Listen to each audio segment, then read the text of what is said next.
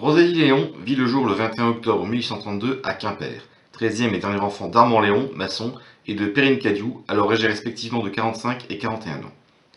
On a longtemps cru que sa mère mourut peu après, et qu'elle fut recueillie par sa sœur et le mari de cette dernière. Il n'en fut rien.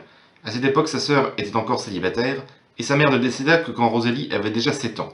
Mais beaucoup de points restent obscurs concernant ses premières années. On sait qu'elle fut élevée à Guipava par une nourrice nommée Catherine.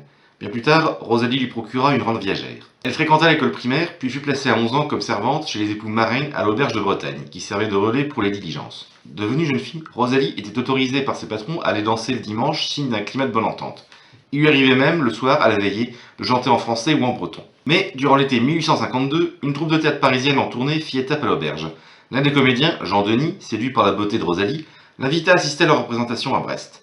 Acceptant l'invitation, elle ne rentra plus jamais à l'auberge. Elle fut engagée comme utilité par la troupe et devint la maîtresse de Jean Denis. Embarquée dans la ville de Saltimbanque, elle quitta Brest avec la troupe, la suivant dans sa tournée bretonne puis à Paris. À la capitale, elle fit ses débuts au Café-Théâtre en 1864 sous le nom de Rose Noël.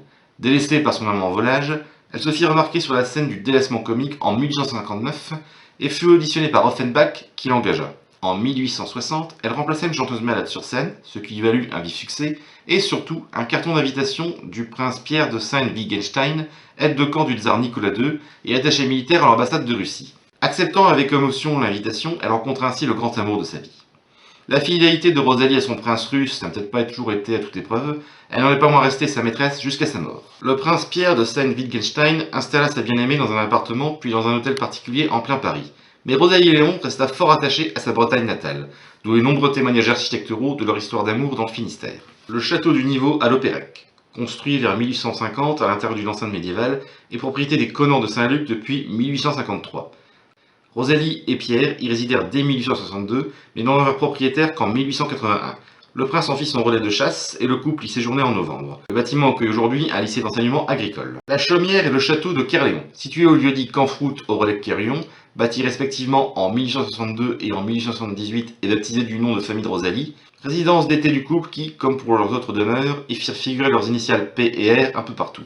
Partiellement détruit pendant la Seconde Guerre mondiale, le château fut complètement rasé par les carmélites qui l'avaient acquis. Il avait une piscine en forme de cœur dont il reste des traces. Le manoir de Beaurepos, situé au bord de l'Elorne sur un terrain acquis en 1863. Le manoir fut édifié en 1878 et le couple fit creuser un étang, avec un passage vers la rivière où il élevait des dorades. Incendié en 1944, il en subsiste une tour crénelée et une fontaine au nom des deux Allemands qui étaient mises à la disposition des gens du coin. Il est aussi à noter que le couple, profondément philanthrope, créa en 1879 l'orphelinat des Sœurs de la Sagesse à Guipava, qui resta longtemps en service. Le mausolée, chapelle de style gothique au milieu du cimetière du relais de Kerléon.